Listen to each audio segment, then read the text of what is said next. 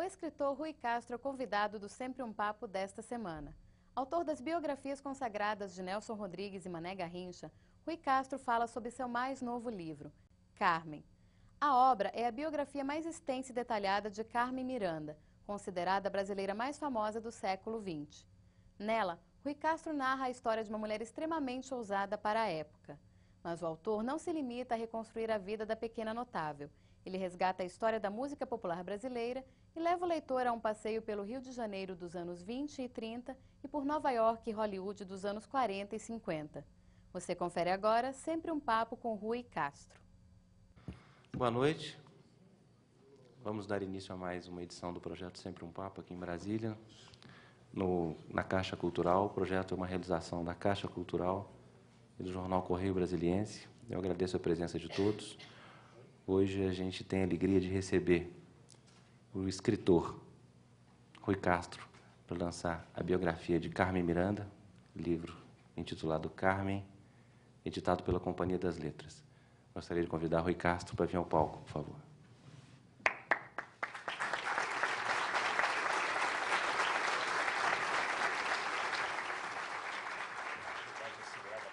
Bom, boa noite a todos.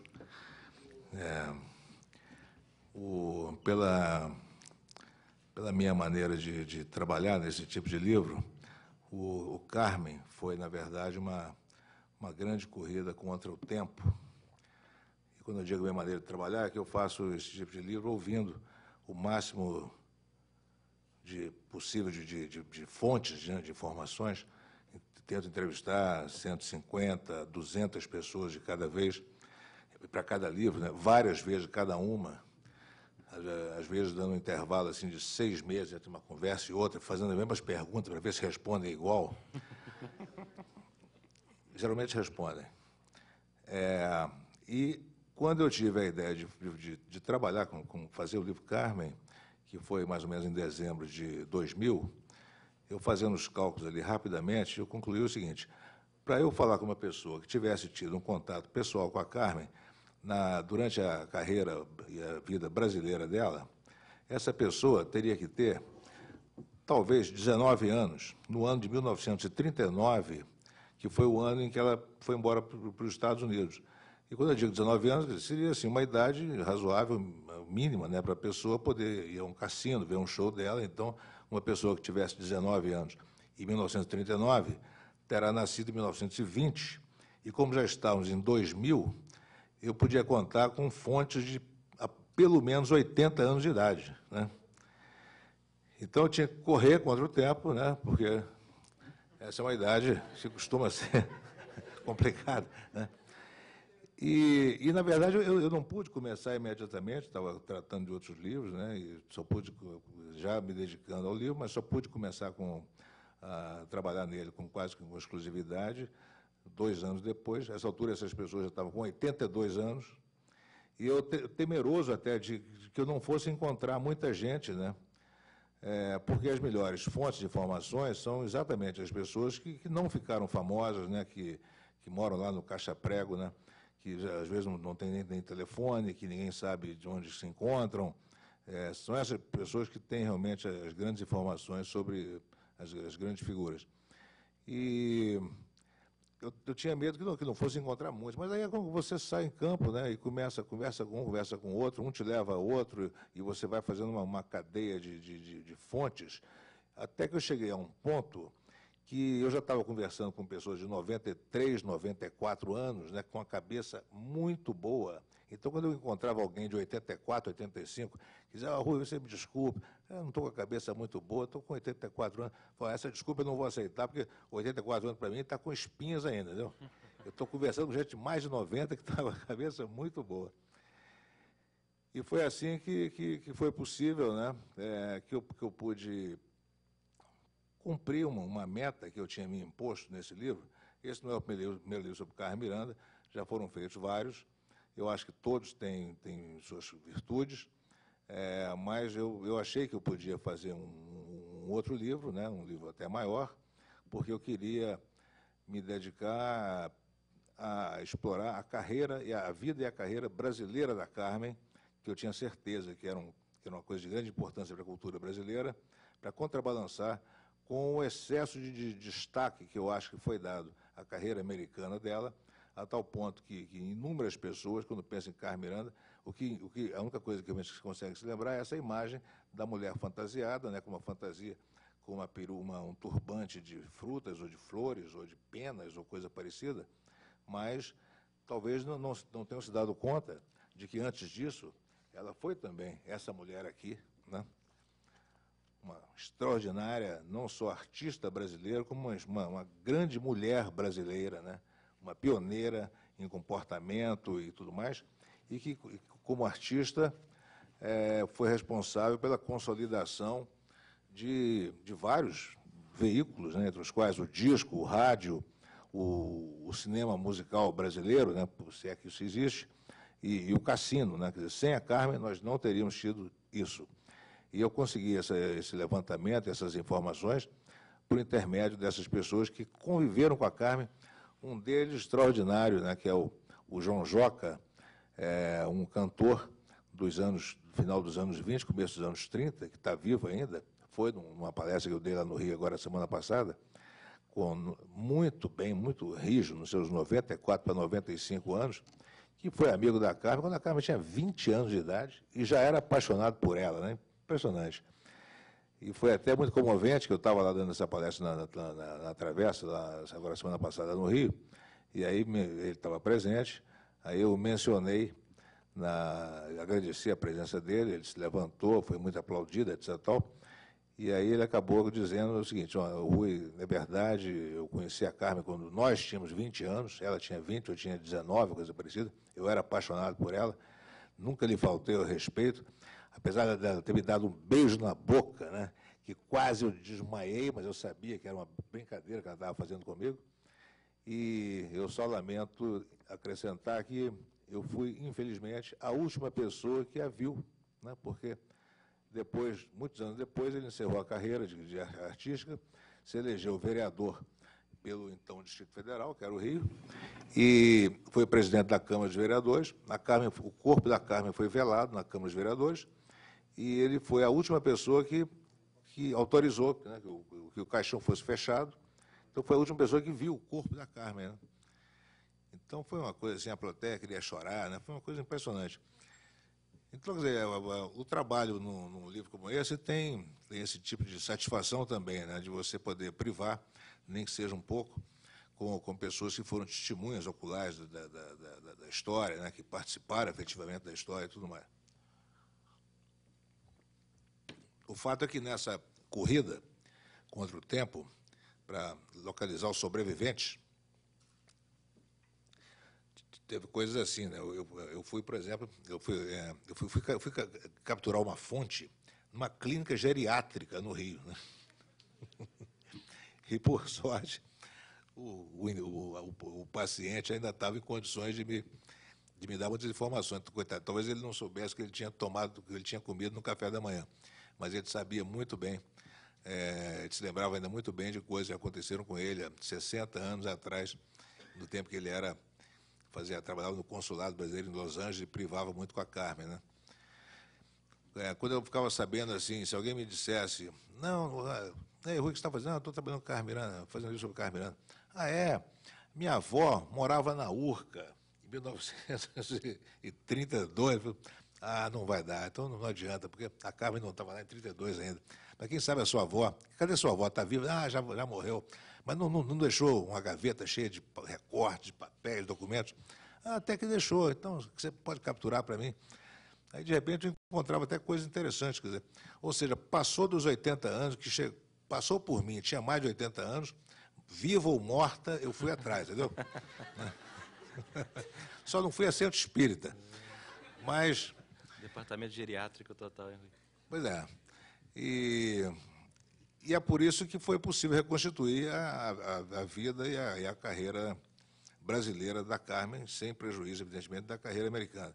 Isso, aliás, é uma coisa que chega a ser humilhante para nós brasileiros, né? Por que a carreira americana da Carmen foi tão explorada por nós mesmos? Porque os americanos não jogam nada fora, né? É impressionante. A Carmen foi levada para os Estados Unidos por um empresário chamado Lee Schubert, um empresário de teatro chamado Schubert, para se apresentar numa revista musical na Broadway chamada Streets of Paris, e ela foi contratada desse Schubert pelos 3 ou 4 anos seguintes. Eu não estava muito afim de ir a Nova York por causa disso, mas eu contratei uma amiga nossa, a Luísa Dantas, que mora em Nova York e trabalha com cinema, para ir ao arquivo Schubert e xerocar para mim o que houvesse relativo a Carmen no arquivo Schubert. Ela foi paga para isso, porque esse tipo de coisa realmente tem dá despesa. E eu falei para a Luísa, olha, eu quero que você vá ao arquivo Schubert e veja tudo, qualquer papel que tem o nome Carmen Miranda, pode ser rol de roupa, pode ser lista de feira, o que for. Se tiver o nome Carmen Miranda, tem que xerocar. E ela realmente xerocou. É uma pilha de papel do chão até aqui, mais ou menos, né? de documentos, né? Contratos, troca de cartas, né? Então, uma série de mitos, né? Quer dizer, aqueles papéis desmentiam uma série de mitos, né, sobre a Ilha da Carmen nos Estados Unidos, essa besteira de política de boa vizinhança, não sei o quê, né? Quem realmente levou a Carmen para lá, sabe? Enfim, e uma papelada enorme que, se fosse nossa aqui, já teria ido para o lixo há muito tempo. Os americanos, né, conservaram isso muito bem.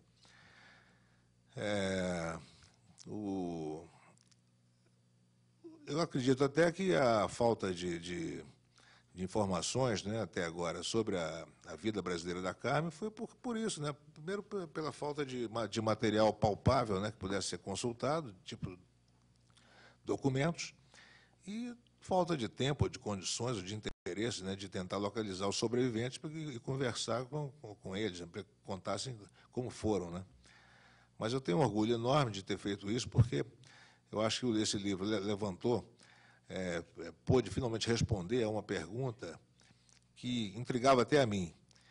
Por que Carmen Miranda era do jeito que era, né? Por exemplo, por que essa mulher, que era uma grande artista brasileira, consagradíssima no Brasil, já tinha 10 anos de carreira, rica, né, podendo se aposentar a hora que quisesse, podendo escolher um marido, podendo se aposentar e casar, enfim, tudo mais. Por que essa mulher se dispôs a recomeçar tudo, né, recomeçar a carreira praticamente do zero, indo trabalhar nos Estados Unidos, em Nova York, na Broadway, no mercado mais disputado do mundo, né? E ela levou, enquanto muitos artistas americanos que tiveram na posição dela levaram cerca de 10 anos para conseguir se firmar num elenco de uma peça, de uma revista musical, a Carmen levou exatamente 6 minutos, contados no relógio, que foi a primeira entrada dela em cena, durou 6 minutos. A partir dali, o Schubert já botou ela como estrela principal do espetáculo, já botou o nome dela na marquise, já mudou a capa do release, enfim, fez de tudo, porque ela já era Carmen Miranda. Então, quer dizer, por que essa mulher saiu daqui e chegou lá no lugar que era o Eldorado do show business e se consagrou imediatamente? Porque ela já saiu daqui sendo Carmen Miranda. Mas aí você começa a recuar, estamos falando de 1939, aí você começa a recuar no tempo, você vai ver que em 1929, no começo de 1930, quando ela gravou aquela marchinha chamada Taí, ela tinha acabado de fazer 20 anos, você ouve aquilo e você conclui que ela já era Carmen Miranda desde ali. Então, quer dizer, se ela já era desde o começo Carmen Miranda, quando ela, na carreira artística, quando ela começou a ser Carmen Miranda? Aí você tem que recuar mais ainda. Aí estamos falando de 1929, 28, 27, 26, etc. Eu fui recuando e cheguei em 1915, quando ela tinha 6 anos de idade, e a família dela se mudou para o bairro da Lapa, no Rio. É um bairro muito antigo, já tinha 300 anos, mas era um bairro profundamente religioso, católico, formado basicamente por uma igreja, por um seminário, por um convento e por um colégio de freiras, né? Não era ainda o bairro da boemia, né, dos cabarés, dos bordéis, etc. Ele estava exatamente começando a se tornar esse bairro boêmio, cosmopolita, nessa altura ali de 1915, quando a família da Carmen se mudou para lá. Talvez por uma contingência geográfica, né, pelo fato de ser um bairro a meio caminho entre a sede do governo na época, você tinha a Lapa muito perto do antigo Senado Federal, da antiga Câmara dos Deputados, era aqui distante do Palácio do Catete, que era a sede do governo. Então, quer dizer, pelo fato de ser um bairro a meio do caminho entre o poder entre os diversos poderes, talvez já começaram a construir ali uns hotéis, então começou a atrair um certo tipo de gente, né? Quer dizer, não só os políticos de passagem, de visita, comerciantes, industriais, e aí começa a atrair também as grandes mulheres, né? As pequenas mulheres, né? Os grandes homens, os pequenos homens, né? E aí resolvem abrir um restaurante, um botequim, uma lanchonete, outro hotel. Enfim, o fato é que, em poucos anos, a Lapa tinha se tornado o bairro mais boêmio, cosmopolita do Brasil, um bairro que tanto fazia você estar 4 horas da tarde como 4 horas da manhã, a mesma quantidade de gente na rua. A Carmen foi uma criança que foi crescendo, se tornou uma adolescente nesse bairro, e isso, sem dúvida, influenciou na formação dela, né, no extremo liberalismo que ela iria demonstrar ao longo da vida dela. Ao mesmo tempo, esse bairro, durante o dia, continuava sendo um bairro conservador e católico, bastante religioso, né? A igreja continua lá, está lá até hoje, o seminário, o convento, só o colégio de freiras que acabou. Então, quer dizer, durante o dia, um bairro bastante religioso, conservador, e à noite, um bairro cosmopolita e boêmio. A Carmen, pelo que eu concluí do estudo sobre toda a vida dela, ela foi exatamente o que ela foi na vida, né? Uma mulher altamente revolucionária, que aos 15 anos, com o primeiro namorado dela, ela já tinha vida sexual com ele, era uma mulher que gostava de falar palavrões, era uma mulher que gostava de contar piadas altamente imorais, né? Era uma mulher que dava a impressão de exercer uma grande liberdade, mas nunca uma promiscuidade, né? Não há o menor relato de quem tenha faltado ao respeito à Carmen, jamais. Ela era só uma mulher tão divertida. Ela era, na verdade, o que a Leila Diniz seria dali a mais de 50 ou 60 anos, né? E numa época muito menos favorável a que uma pessoa fosse como a Leila Diniz. Então, quer dizer, a Carmen tinha esse aspecto de revolucionário em comportamento, mas sempre foi, até o fim da vida, uma mulher profundamente religiosa, uma católica convicta, seguidora estrita dos mandamentos da Igreja Católica, entre os quais o que proibia o divórcio, né, a tal ponto de que ela teve diversos namorados, de quem ela gostou muito, mas ou esses namorados eram casados, ou eram noivos, ou coisa parecida, e ela jamais permitiria que eles desfizessem as suas ligações para se casar com ela, desfizessem um casamento para se casar com ela, e ela própria, depois, quando se casou, e logo depois descobriu que tinha feito um péssimo negócio aquele casamento, insistiu em levar o casamento até o fim por uma impossibilidade de se divorciar, o que era proibido pela sua fé religiosa.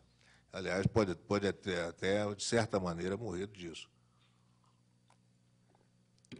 Então, fiquei orgulhoso de ter concluído essa coisa, né? Quer dizer, a Carmen levou a Lapa para dentro, junto com ela, né?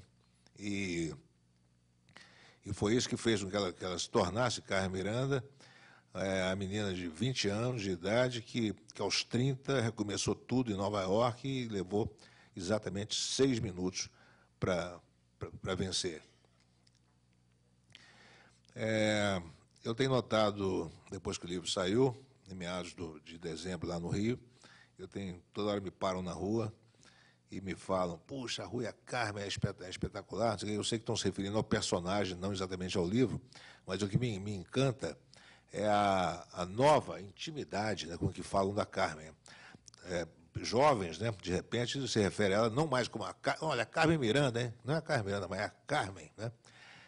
Pessoas que já leram o livro incorporaram a Carmen ao seu, quase que a sua família, né?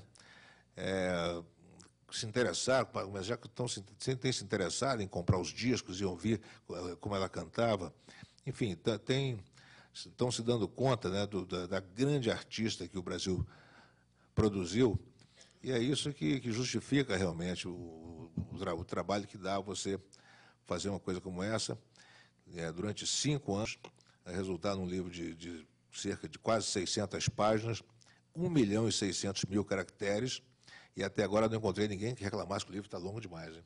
Pode também pesar para levar para a cama, né? Mas pode ser lido também no sofá, também com certo conforto.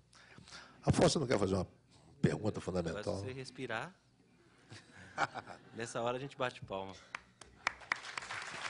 Obrigado.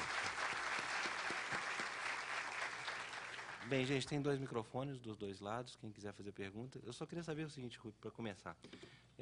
Durante o decorrer do livro, eu li várias notas, várias informações, dizendo que havia uma certa dúvida sobre o local de nascimento da Carmen. Isso procede? Nunca houve dúvida nenhuma. É que um amigo meu bebeu um pouco mal, entendeu? Certa noite lá no Rio. E aí brincou de falar para um colunista lá, sabe, o Rui descobriu que a Carmen não nasceu em Portugal, nasceu no Brasil. Esse colunista publicou no site dele, não sei onde, de repente isso saiu na coluna do Anselmo Gospel, coisa parecida. Né? Quer dizer, foi um custo para desmentir essa história. A Carmen nasceu em Portugal, veio para cá com cerca de 10 meses de idade, 10 meses e 8 dias, na verdade. Poderia ter nascido no Brasil se as condições políticas lá em Portugal, na época, não tivessem tornado a viagem um pouco impraticável. O pai dela veio quanto tempo antes? O pai dela veio 2 ou 3 meses antes só. Né? Daí a pouco mandou buscar a família. Foi emocionante um dia receber o telefonema de uma senhora lá do Rio, também uma senhora de seus 80 e muitos anos, para me dizer o seguinte: Rui, você não me conhece, o nome é fulana de tal, eu sei que você está fazendo, eu li que você está escrevendo a biografia da Carmen Miranda, e eu queria te dizer o seguinte: o meu avô foi quem deu o primeiro emprego ao pai da Carmen, quando ele chegou ao Brasil. Quer dizer, isso é uma informação que te cai do céu, né? E que você pode até nem acreditar, né? Quer dizer, a obrigação, aliás, é duvidar, né? Aí a dona falou, mas que coisa, como é isso, como é que é? É uma história como é que essa história chegou até a senhora? Não, olha só, nós temos até algumas fotos aqui, né? Fotos que vieram da época. Tem uma foto da irmã ela começa a falar de certas coisas que demonstra realmente uma intimidade grande com a família da Carmen. Olha, tem uma foto da irmã da Carmen, aquela que morreu de tuberculose em Portugal, tem uma foto dela com a minha família, no sítio lá do meu pai, não sei aonde, não sei o que lá. Aí, como é que eu poderia ver essa foto? Claro, vou mandar para você, não sei o quê. Manda para mim a foto, está lá, a irmã da Carmen, realmente, que morreu aos 23 anos de idade, depois voltou para Portugal para morrer num sanatório para tuberculose, está lá a irmã da Carmen, que se conhece poucas fotos dela, mas essa é indiscutivelmente ela, e os detalhes que essa senhora me deu, né, dão a entender que havia uma amizade grande entre as duas famílias, e que tanta coisa aconteceu entre eles, que quando a Carmen ficou famosa, já estava consolidada essa relação. Né? Então, quer dizer, pelos detalhes que vão te dando, você não tem como duvidar. E está lá a foto provando. Né? Então, esse tipo de coisa realmente é espetacular no trabalho. Boa noite, como é que você chama? Meu nome é Cid Roberto. Eu moro há 26 anos aqui em Brasília, morei outros 26 no Rio de Janeiro, né, 52 anos de idade, sou apaixonado pelas duas cidades, e o seu livro nos reporta, nos coloca muitas vezes naquele Rio tão especial, nessa época tão especial. Me chama muita atenção, assim, várias partes do seu livro, mas no capítulo 9, em que você fala uva de caminhão, que é a compra daquela casa lá na Urca, poderia ter dito para nós só que ela comprou aquela casa em 1936, né? Mas você começa aquele capítulo nos reportando ao século XVI. Eu já estava eu vou ter que ler do século XVI até 1936, né? Mas é um parágrafo assim, tão especial, porque nos coloca dentro daquele contexto, daquele caminho da Urca, o porquê que se chama Avenida Sebastião, né? São Sebastião ali na Urca, eu realmente gostei muito daquela parte. E através do contexto, da sua narrativa, muitas vezes a gente se sente dentro da casa ali dela, na Urca mesmo, junto com aqueles compositores, com aqueles sambistas, né? Muitas vezes a música que você também menciona, a gente sente falta dela. Não haveria possibilidade, junto com o livro, a gente ter assim, o CD ou então o DVD? Essa é a primeira pergunta. Eu tenho duas perguntas. Deixa eu responder uma de cada vez. Com relação ao CD e DVD, é uma complicação você lançar CD junto com o livro, porque o livro esgota, aí o CD esgota junto. Aí você tem que rodar o livro e rodar mais CD. Você roda livro facilmente, agora rodar CD é uma complicação, que é outra empresa, em outro lugar. Então o livro fica fora da livraria, porque não pode circular sem o CD. Agora, está cheio de CD da Carmen na praça aí, todos são bons, e nada impede que sejam comprados de maneira avulsa, né? E a E primeira... com relação à coisa a volta ao século XVI, isso é uma coisa que me preocupa muito, quer dizer, esse tipo de digressão só se justifica por dois motivos. Primeiro, se ele acrescentar realmente alguma coisa narrativa. E segundo, se pudesse ser feito de maneira curta. Né? Então, eu tenho a impressão que essa digressão ao volta ao século XVI, em que eu descrevo coisas que aconteceram naquele caminho, né, que depois se tornou a Avenida São Sebastião, onde a Carmen comprou a primeira casa para a família dela. Quer dizer, eu descrevo coisas que aconteceram 400 ou 500 anos antes. Eu acho que eu resolvi aquilo em meio parágrafo, coisa parecida, mesmo, né? é. Então, quer dizer, não foi realmente Não, uma... foi muito interessante. Eu quero parabenizá-la, e a minha pergunta é isso: como é que você, de repente, percebe que acrescentar, e você já respondeu que quando percebe que não vai ser muito longo e que pode contribuir de alguma maneira, né? A outra pergunta foi, lendo a sua entrevista hoje no jornal aqui em Brasília, você já me respondeu em parte. Você disse que teve a oportunidade de conviver, de entrevistar 4 pessoas com idade de cerca de 90 anos. Eu consegui deduzir que uma delas seria a Cecília, a outra a Aurora, que faleceu recentemente, esse mês agora, não foi? Esses dias aí? Mas você já errou. É. A Aurora não deu mais. Já não dava mais. Ah, não dava mais? Já não tinha mais. condições, né? É. Então, a Cecília, eu acredito que seja, que você fala que tem 93 anos. O segundo, o João Joca, que você acabou de mencionar. Eu tenho curiosidade de saber quem são as outras 2 pessoas. Não, peraí, você se enganou. Eu disse que eu conversei com 4 pessoas que estavam no cassino da Urca na noite da vaia que não houve.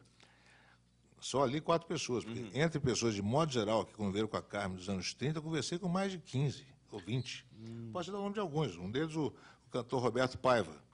Também está aí com 90 e poucos anos, está muito bem, foi contemporâneo da Carmen na Rádio Marinque Veiga.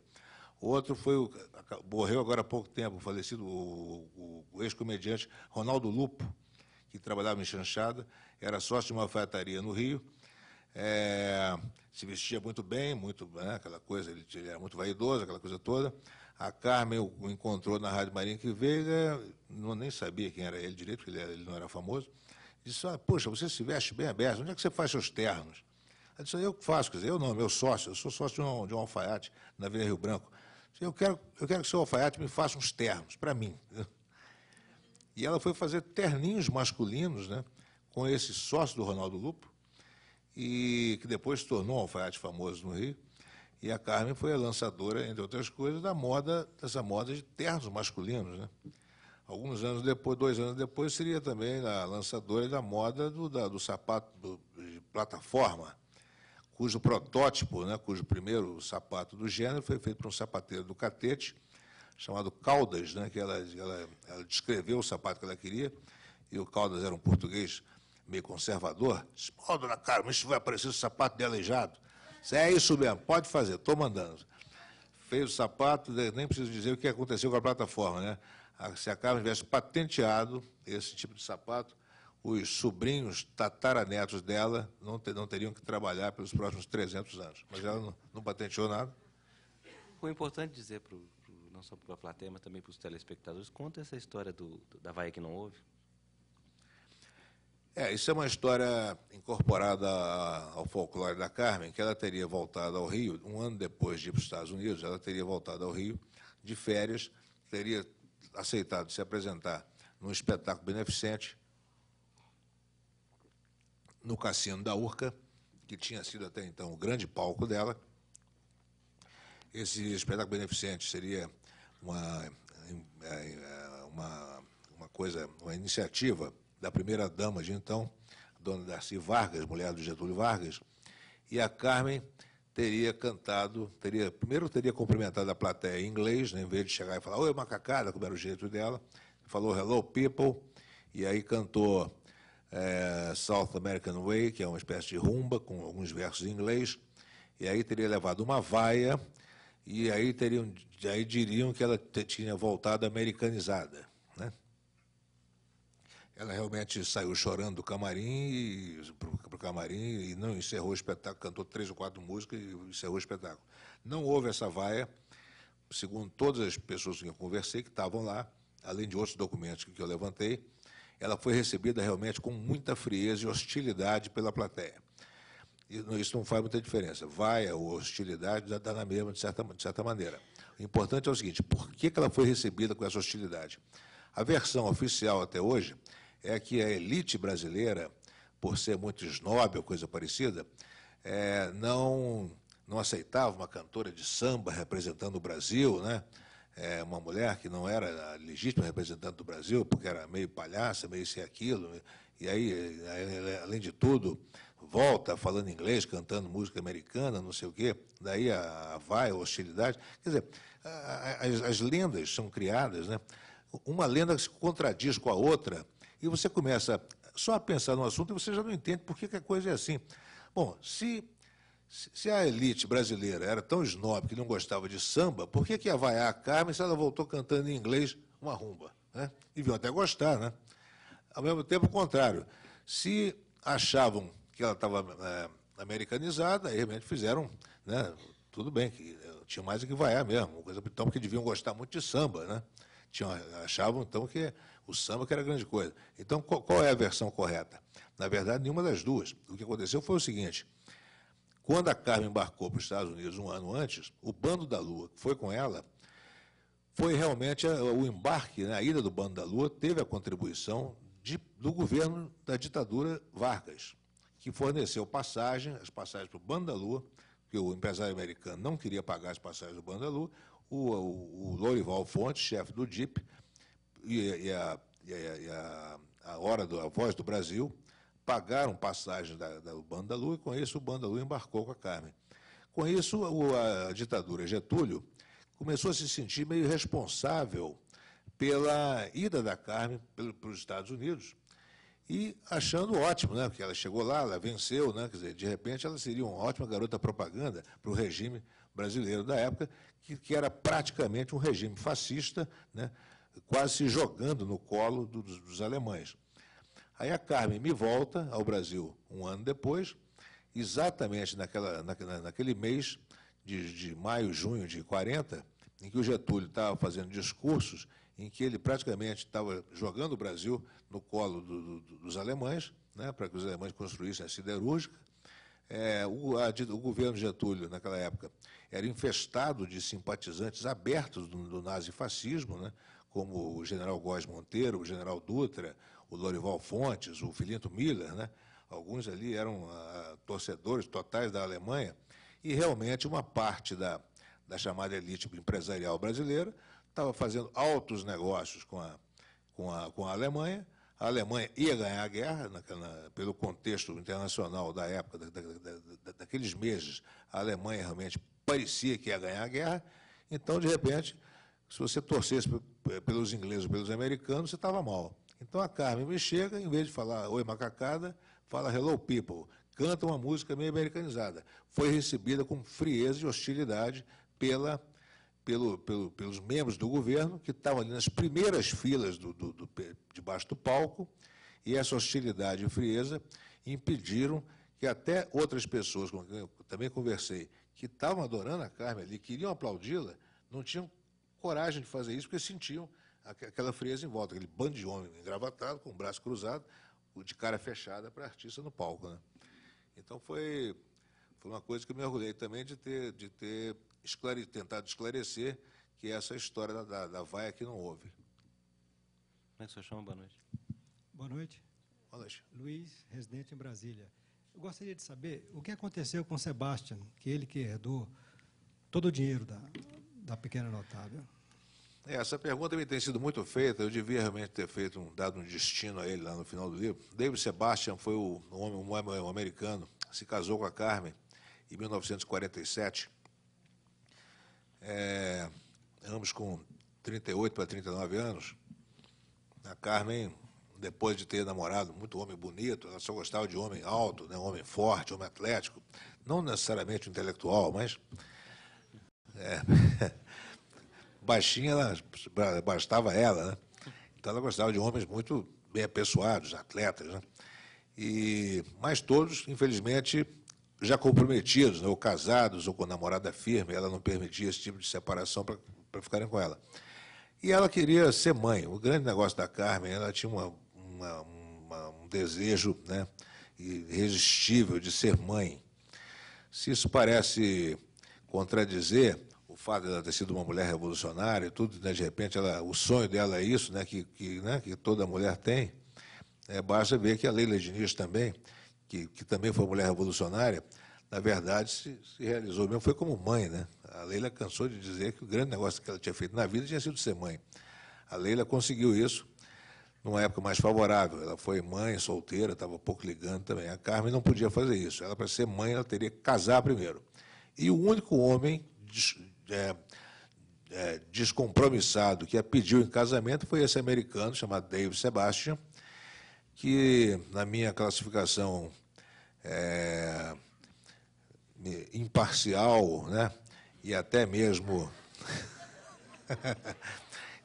carinhosa para com ele, não passava de um biscateiro desclassificado, né, porque não sabia fazer nada, não era nada, era apenas, né, um sujeito que, por uma circunstância, se aproximou da Carmen, fez uma corte a ela ali daquele jeito, né, se aproveitou um pouco até da carência dela, né, daquela coisa frágil realmente que a Carmen tinha, e seduziu para um casamento que ela topou em 15 dias, né, para grande espanto de todos os amigos dela, da família dela. Como é que uma mulher que a Carmen namorou o Mário Cunha, foi o primeiro namorado dela, o remador do Flamengo, durante 7 anos, né, e não se casou com ele. Depois namorou Carlos Alberto da Rocha Faria, sobrinho do dono da América Fabril, durante 4 ou 5 anos, também não se casou. Teve uma relação longa com a Luísa Oliveira, também não se casou com ele. E, de repente, em 15 dias, se casa com esse sujeito que não podia lhe dar nada, prometeu um monte de coisa que ele nunca cumpriu, mas ela podia dar um filho a ela, né? E realmente ela ficou grávida, depois de algum tempo, com certa dificuldade, ficou grávida, já tinha 38 para 39 anos, perdeu esse filho com menos de 2 meses, o casamento, para ela, ali, perdeu completamente o sentido, porque ela foi informada que não poderia ter mais filhos, para ela perdeu o sentido, e o fim da vida dela, ela arrastou aquele marido, levou aquele marido nas costas, né, com enorme, sei lá, com muitos sabores, né, com muitos sacrifícios e tudo mais. Quando a Carmen morreu, ele veio ao enterro e ele presenteou o Brasil, a família, né, e, por conseguinte, o Brasil, com uma série de materiais, com uma grande quantidade de material que pertencia à Carmen. Ele deu à família da Carmen todos os vestidos, todos os turbantes, os balagandãs, uma quantidade grande de sapatos de plataforma, uma quantidade enorme de fotos, de cartazes de cinema, de diplomas e condecorações do governo americano para a Carmen, das Forças Armadas, né? Muito material, os álbuns de recortes todos que as irmãs da Carmen faziam para ela, enfim, bijuterias, adoidado, enfim, tudo que ele considerou bric-a-brac que estava ocupando espaço na casa da Carmen, ele botou aquilo tudo no navio e mandou para o Brasil. O Brasil recebeu aquilo com grande gratidão e o Juscelino Kubitschek deu-lhe até a comenda do Cruzeiro a ordem do Cruzeiro do Sul, né? O que não deu para a Carmen, deu para ele, né? Essa comenda ele também jogou dentro da gaveta, se é que está em algum lugar até hoje, né? Se é que existe ainda. Aliás, não foi o Juscelino, foi a dona Sara, foi a Marília Pera que deu. E o Sebastião mandou tudo isso para o Brasil, ficamos muito gratos a ele. Com esse material todo, a família da Carmen distribuiu uma quantidade enorme de lembranças da Carmen para qualquer pessoa que chegasse lá e dissesse: puxa, dona Aurora, eu era fã da Carmen, olha, eu era fã dos vestidos dela. Leva esse vestido, meu filho, pode levar, usa, faz o que você quiser com ele. Entendeu? Ou seja, o que sobrou foi dado para o Museu Carmen Miranda, fez aquele museu, né, que é criticado, né, as pessoas vão lá, poxa, esse é o Museu Carmen Miranda. Assim, é o que sobrou, que foi possível fazer, aquele Museu Carmen Miranda, que não tem dinheiro, o garotinho não dá dinheiro, não adianta, porque não dá dinheiro para museu mesmo. E então é um museu que sobrevive heroicamente. O Sebastião teve o cuidado de conservar para ele a casa de Beverly Hills, a casa de verão em Palm Springs, os postos de petróleo que ela tinha em sociedade com Clark Gable, com John Wayne, as ações no banco, uma quantidade enorme de dinheiro depositado no banco, as barras de platina e de ouro, enfim, ele mandou o resto para nós, né? E a dona Sara lhe deu a ordem na comenda, a ordem do Cruzeiro do Sul. Não é formidável? Ele morreu há cerca, respondendo a pergunta, ele morreu há cerca de 10 ou 12 anos, não teve filhos, não sei o quê, e parece que muito bem, morreu satisfeito, feliz. Boa noite. Oi. Ler o livro da Carmen, o final do livro, principalmente, é um tanto quanto agonizante. Tá? Todo o sofrimento dela, esse sofrimento com droga, tudo isso. Essa agonia que eu passo lendo esse final do livro é a mesma agonia que eu passei num livro anterior seu, que é o livro do Garrincha. A escolha desses dois personagens, tá? A escolha da Carmen Miranda, teve alguma coisa a ver com todos os problemas que você teve quando lançou o livro do Garrincha? Não, absolutamente. Primeiro que eu não podia adivinhar que eu ia ter os problemas com o livro do Garrincha. O livro do Garrincha realmente foi escolhido em função do problema de alcoolismo, que era um problema que eu queria tratar num livro. A minha primeira ideia realmente foi fazer um livro sobre alcoolismo. E 5 segundos depois, a figura do Garrincha apareceu como sendo o fio condutor que eu necessariamente precisaria, né? Já a Carmen não, quer dizer, foi uma escolha motivada pela admiração que eu tenho pela obra da Carmen e a curiosidade que eu tinha pela vida dela. Agora, eu admito que quando eu me interesso pela vida de uma pessoa, a pessoa não pode ter tido uma vida só fabulosa, tem que ter tido altos e baixos, tem que ter tido drama, tem que ter tido até tragédia, né? Eu lamento muito, mas é uma coisa que para mim, torna esse personagem mais rico, né? Agora, eu tentei, de alguma maneira, para quem já leu o livro, fazer com que o livro não terminasse de maneira tão triste, né? Então, por exemplo, eu descrevo a morte da Carmen na casa dela de uma maneira que me pareceu bonita. Quer dizer, ela morre do mesmo jeito, mas, né, de uma maneira que me pareceu interessante. Não conseguiu mantê-la viva, não, né? Não deu. E a mesma coisa com relação ao enterro dela uma semana depois, né, em que eu faço uma alegoria lá com carnaval, coisa parecida. Quer dizer, isso não é uma liberdade poética, não. Ou seja, biógrafo não tem que tomar liberdade como personagem, fazer nada. Mas eu não queria que se você termina com uma morte, com um enterro, você está condenando o leitor a uma profunda depressão. Então, eu queria encontrar uma aproximação ali que amenizasse um pouco isso. Mesmo assim, tenho recebido muitos telefonemas de pessoas que deixam um recado da minha secretária, falando que acabaram de ler o livro e, no telefone, eu sinto que estão chorando. Boa noite. Qual a sua pergunta, por favor? Como é que o senhor chama? Bom, Flávio Goulart. Bom, Rui, acabei de descobrir que você não é mineiro, porque eu tinha conta de mineiro, não? Falou que seu pai viveu... Ele é mineiro de Caratinga. Meu pai morou na Lapa durante esse tempo todo e teve com a minha mãe uma pensão diurna, como se chamava, que era aquela pensão que você serve refeições no almoço. Isso foi até segundo semestre de 47, por aí, quando ele recebeu uma proposta para ele trabalhar em Minas Gerais, mais exatamente em Caratinga. E foi. Eu nasci em fevereiro de 48. Então, de certa maneira, eu fui gerado na Lapa. Somos do mesmo ano. Mas, Rui, minha pergunta não era essa, né, evidentemente. Primeiro é o seguinte, eu queria saber qual foi o papel de uma pessoa que me surpreendeu, eu estou acabando de ler o livro, como tendo convivido com a Carmen muito de perto, e, aliás, teve uma importância muito grande no início da carreira dela, que foi o Caymmi, né? Queria saber se você conversou com o Caymmi, se ele ainda está em condições de prestar informações dessa data, né? E a outra é a seguinte, como eu li um outro livro seu, que é o do Anjo Pornográfico, né? Eu queria saber o seguinte, as pesquisas para os dois livros devem ter confluído em algum momento, afinal de contas, tratavam de duas figuras públicas do Rio de Janeiro, ligadas ambas ao mundo da arte, da imprensa, né? Então, eu quero saber o seguinte, não há histórias comuns aí, convergentes entre Nelson Rodrigues, artigos do Nelson, alguma coisa, e Carmen?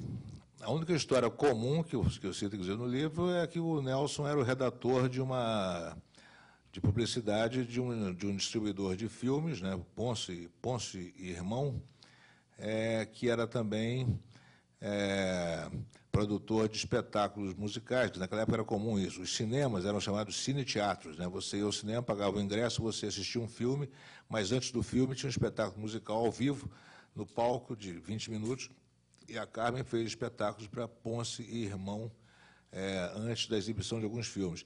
É possível, então, como isso coincidiu com a época que o Nelson era redator dessa empresa, ele pode ter feito textos, né, falando da Carmen. Eu sei que ele era grande fã da Carmen, porque na morte dela, ele fez um texto muito bonito sobre ela. O Caymmi não estava em boas condições também, muito... Não, saúde meio abalada. Agora, eu sou muito amigo da neta dele, a Estelinha, minha ex-aluna de biografia, num curso de biografias que eu dei lá no Rio. Então, eu perguntei se ela poderia aplicar um questionário a ele, por mim, e ela topou. Eu fiz uma série de perguntas para ela fazer a ele. Ele respondeu todas, porque com ela ele falaria, porque eu acho que ele estava com dificuldade de falar. Ele não ia querer receber ninguém, mas a ela, que é neta, evidentemente, com ela ele conversaria. E como isso foi bem no começo, foi já há mais de 3 anos que eu fiz isso, a primeira pergunta que eu fiz, e que ela perguntou para ele, ele respondeu com muita segurança, hoje eu já, depois de algum tempo, eu já não faria mais, porque eu já saberia a resposta, né? Eu fiz aquela pergunta clássica e idiota, dizendo, vovô, o senhor transou com a Carmen, entendeu? E o Caymmi, na lata, disse não, né? Como o Caymmi é famoso por não esconder essas coisas, né? Quer dizer, ele se orgulha de ter transado com essa ou com aquela, né? E se ele comenta isso, né? Isso não é segredo absolutamente, da própria biografia dele, a Estelinha conta os diversos casos dele, mas ele foi muito peremptório dizer que não. E eu tenho certeza que não, porque ele era recém-chegado da Bahia, ele era desconhecido, enfim, ele deveu muito à Carmen, né? Ele que precisou dela, né? E a Carmen, pelo que eu apurei, não teve caso com nenhum artista brasileiro na época dela, exceto o Aloysio Oliveira, mesmo assim, quando já estava embarcando para Nova York. Não há possibilidade de um outro cantor ou apresentador de rádio ou de coisa parecida ter tido um caso com a Carmen. Você, quando faz você começa a levantar questões e vai formulando perguntas, juntando documentos, fazendo entrevistas. Você vai ampliando aquilo. Primeiro, onde você termina? Porque a coisa vai crescendo. Como você armazena essas informações todas para poder utilizá-las no momento que lhe convier e da forma que lhe aprover melhor? E a outra questão que eu vi no jornal de hoje, você disse que levou 5 anos para fazer Carmen Miranda, dos quais 3 de uma forma exclusiva. Quase exclusiva. Quase exclusiva. Era justamente a pergunta por aí. Como é que faz para alimentar o pão de cada dia com essa exclusividade? E nós sabemos que o escritor brasileiro não tem faturamento, praticamente. Né? Bom, com relação ao armazenamento das informações, é o seguinte, um livro como Carmen, que tem 30 capítulos, e tem um epílogo e tem um prólogo, né? Um prólogo e um epílogo, ou seja, 32 capítulos, digamos assim, eu trabalhei com cerca de 70 ou 80 arquivos de computador. Então, é o seguinte, eu vou para a rua, converso, eu dou um telefonema, apuro, pergunto, tomo nota, etc. Tal, e assim que desligo, volto para casa, jogo imediatamente essa informação dentro do contexto que eu acho que ela seja pertinente, né?